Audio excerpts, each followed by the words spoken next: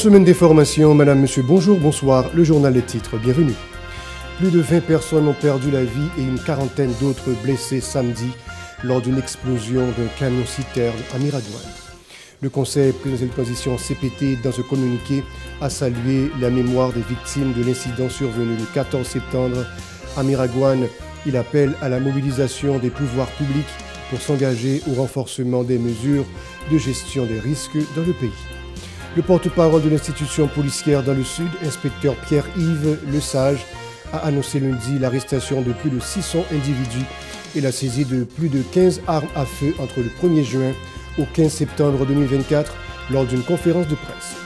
Denis Henkes, ambassadeur des États-Unis en Haïti, a effectué une visite de courtoisie lundi auprès du directeur général de l'USCC, Hans Ludwig Joseph, pour discuter des enquêtes de corruption en cours. La DCPJ a procédé à l'arrestation du commissaire de Tabar, Livingston Gauthier, vendredi, après de longues heures d'audition dans le cadre d'une enquête. Restez avec nous pour le développement. Madame, monsieur, de retour, comme annoncé en titre, une explosion de camions-citernes s'est produite samedi à Miragoâne, dont les NIP. D'après le directeur général de la protection civile, Emmanuel Pierre, le nouveau bilan s'élève à 26 morts, 24 personnes ont perdu la vie sur le coup et plus d'une quarantaine de personnes ont été blessées, dont 19 souffrent de graves brûlures. 5 brûlés ont été transférés vers l'hôpital Immaculée Conception des Cailles parmi les 11 blessés qui ont été transportés vers l'hôpital Saint-Boniface de Fond-des-Blancs. 2 sont décédés dimanche, a précisé M. Pierre. À la suite de l'incident, le chef du gouvernement, Gary Conille, s'est rendu sur les lieux du drame. Il a facilité l'évacuation de certains des blessés graves de l'incendie, dont des centres hospitaliers de la région métropolitaine de Port-au-Prince, pour y recevoir les soins nécessaires grâce à un hélicoptère des Nations Unies. Le PM a exprimé son profond regret face à cette tragédie et il a assuré aux familles des victimes qu'elles bénéficieraient du soutien de l'État. Il a également affirmé avoir donné des instructions au ministère de la Santé publique et à d'autres institutions sectorielles afin de donner le bénéfice de l'urgence aux patients et aux victimes selon une note de la primature. La détonation s'est produite selon des témoins alors que les victimes tentaient de collecter du carburant qui s'écoulait du camion-citerne accidenté. De plus, environ 20 motocyclettes et une voiture ont été également carbonisés lors de ce drame.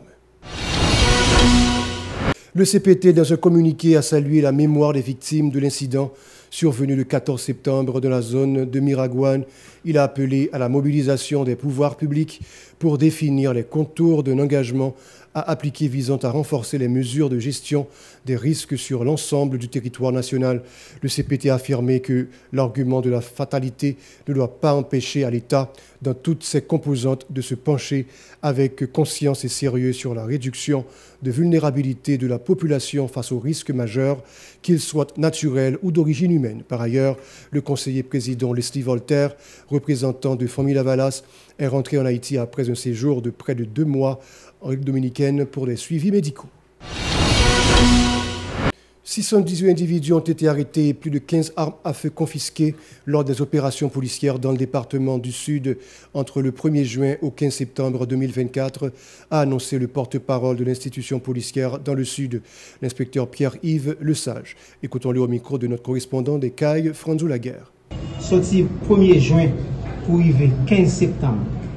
Hier, la police arrivait à arrêter de concert avec la justice dans des opérations avec mandat ou sans mandat, 618 monde. Dans 618 monde, il y a 209 qui arrêtés avec mandat, 293 arrêtés sans mandat en flagrant délit et 324 arrêtés dans la ville au Caille. La police est arrivée saisit plusieurs armes dans la période 21 juillet pour arriver 9 août. Dans le Campérin, 21 juillet, était arrivé saisi 11 armes de marque Magnum 38.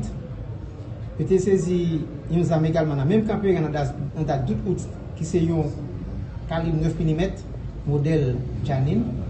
Dans Chantal, était saisi 11 armes qui sont 9 mm qui matriculé 06 20 B 900 289 avec 9 cartouches là. C'est dans la même opération, ça, la police a été nègre, ça a été sorti pressé, qui était réfugié dans Bolette, vive la vie, dans Chantal. Le porte-parole de la police dans le sud a confirmé la présence du chef de gang Kilikou dans la région. Ce dernier a été blessé par balle lors d'une opération policière le 1er septembre dans la zone de Saint-Jean-du-Sud. Suivez. Saint-Jean-du-Sud, dans l'opération 1er septembre, nous avons saisi un 38 spécial qui s'est OTG avec série K46 1709. Dans l'île Vache, opération qui était faite 1er septembre, nous avons saisi une arme de calibre Orion qui gagne pour série USCG APP16 0028 12-2. Dans Okaï, le 9 septembre, nous avons saisi une arme calibre 9 mm avec série A130 82 62. C'est une opération qui est faite côté monsieur est arrivé pour un cartouche dans le pied. Mais nous avons antenne toujours sous lui, nous avons cherché information jusqu'à ce qu'on arrive à mettre dans le pied. C'est Jean du Sud. Mais nous connaissons qui problème que le tabac au cas dans sa vente. Il était tigouave, il est sauvé dans la prison, il vient réfugier pour ça.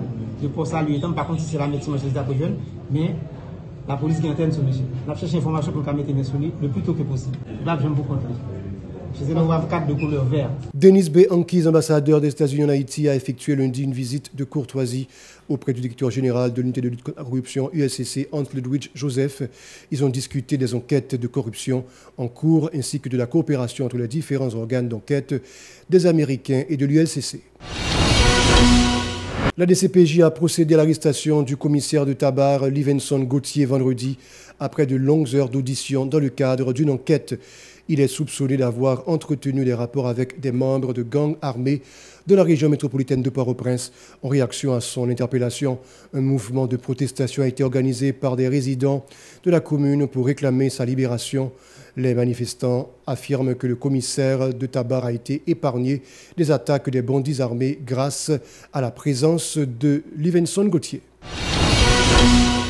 L'Observatoire national du sport haïtien, ONACH, a présenté lundi le résultat d'une enquête menée sur les activités sportives dans les écoles de la région métropolitaine de Port-au-Prince.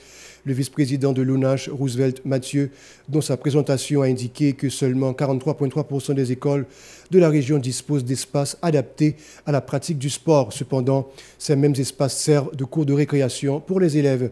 Il a également regretté que les filles ne participent pas dans les activités sportives. Écoutons-le au micro de Gérard Hioche-Résil et de Marie-Carmel Auguste.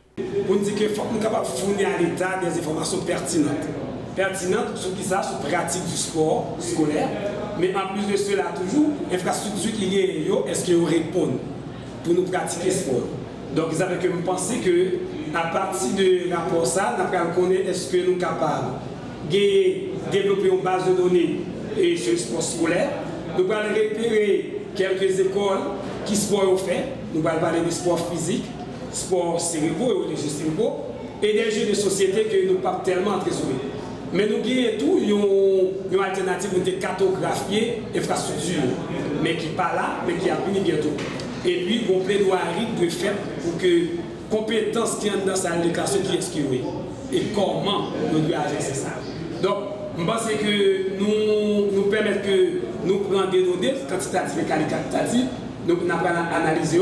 Mais l'élément phare enquête ça, c'est que nous c'est une situation EPS là dans les écoles de l'aire métropolitaine de Port-au-Prince. Premier bagage que nous allons à travers le graphe que nous présentons là, que 43% de l'école ont déclaré qu'ils ont gagné un espace de jeu. C'est une bonne nouvelle. Et je pense qu'il y a 81% là-dedans qui dit que l'espace de jeu ça a gagné pour eux-mêmes est acceptable. Mais cependant, il y a des remarques à travers l'analyse que nous jouons. L'espace de jeu ça a dit que vous gagné, il n'y a pas de terrain basket. C'est généralement des cours de récréation. Pour sa part, le président de l'ONACH, Edwin Charles, a plaidé en faveur d'un projet de loi sur la pratique du sport dans les écoles haïtiennes ainsi que pour la signature d'accords internationaux relatifs aux activités sportives. L'ancien ministre de la Jeunesse et des Sports exhorte les dirigeants à adopter une journée nationale pour le sport. Suivez. Décréter la permanence. Le rapport ça que nous sortis là, nous avons signifié plusieurs institutions, notamment le ministère de l'Éducation nationale, nous voilà capables de lire, le ministère des Sports, le ministère à la condition féminine et aux droits des femmes. Nous signifions toutes des organisations internationales, notamment l'OIF, l'UNICEF, l'UNESCO parce que nous connaissons que l'entité ça est intéressée tout avec ça les sports scolaires là, ça tout les activités physiques et sportives. Face à un tableau sombre comme ça, nous-mêmes au niveau de l'observatoire, il faut que nous fassions des recommandations. Et de fait, nous faisons des recommandations pour nous permettre à l'État pour capable prendre des décisions rapides. Et s'il prend des décisions, ça permet de gagner une sorte d'efficacité dans ça les EPS là, à une efficacité dans ça les tout sport scolaire là. Et c'est dans ce sens ça, recommandation que nous-mêmes nous faisons avec l'État. Premièrement, nous dit que faut gagner des textes de loi modernes sur la pratique du sport scolaire. Deuxièmement, nous parlons de la mise en œuvre des textes et accords internationaux sur la pratique de l'EPS et du sport dans les écoles. L'agent exécutif intérimaire de Jacmel, Lourdi César, a annoncé lundi lors d'une conférence de presse la réouverture de l'Alliance française fermée depuis 2 mois en raison d'un conflit. Écoutons cette explication au micro de notre correspondant du Sud-Est, Paul-Léon Saint-Jean. Nous avons pris responsabilité nous, en tant qu'autorité dans la commune pour nous constituer une cellule pour nous travailler ensemble et assister de délégués départementaux ainsi que Monseigneur Sauveur Content pour nous travailler ensemble pendant plusieurs jours, pendant plusieurs heures, non façon pour nous être capables de joindre un dénouement ensemble avec ESA. Il y a une crise que nous avons estimée qui était perdurée jusque 2 mois. Alliance française n'a pas fonctionné dans la commune. Et nous connaissons qui ça, Alliance française lui-même est représentée en tant que un patrimoine pour Jacmel qui vit de plus que un centenaire. Nous avons gagné plusieurs travaux qui étaient faits. Il faut me dire bien que nous avons gagné en cellule. Nous avons gagné plusieurs rencontres qui étaient faites avec différentes entités dans l'Alliance française. Nous avons fini par ouais, effectivement, il y a un problème. Et puisque il y a un problème, il faut gagner des solutions qui portent avec différents problèmes. C'est dans le contexte qui fait que aujourd'hui, nous avons rencontré avec la presse après une même décision que nous avons prise parce que l'Alliance a voulu faire Assemblée générale, mais nous avons estimé que l'Assemblée générale n'est pas possible. Lourdi César en a précisé qu'un nouveau conseil a été formé pour désigner de nouveaux responsables et mener un audit au sein de l'institution suivie. De ce fait, nous avons fini par sortir avec une résolution et c'est le ça ou bien CA ad hoc ça que nous mettons sur pied, il va gagner des charges. Et charge ça, le même gagner, c'est réaliser assemblée extraordinaire à partir de décembre là. C'est recruter un directeur ou une directrice qui peut gérer l'Alliance française. Il a organisé tout, il a voté l'Alliance française dans le règlement intérieur. Tout le travail, c'est le travail que le nouveau CA lui-même doit faire. Et proposer des modifications dans le statut que l'Alliance française lui-même gagne. Et puis, il travaille tout sur audit et puis évaluer, employer que le gain et recruter de l'autre monde qui facilite que le travail là lui-même va avancer. Et puis, il y a bien pour réaliser et audit, tant qu'on était dit, pendant l'exercice là, de façon pour le capable de découvrir vraiment tout ça qui t'a fait chaud pour regarder est-ce que il y a un monde qui doit tomber ou est-ce qu'il y a un monde qui doit. Et nous avons dit vite que le nouveau conseil ça, lui-même il gagne dans tête qui va gérer l'Alliance française pour l'instant. C'est Mme Néal Gajamo. Voilà, c'est tout. Restez avec nous pour la suite de la programmation.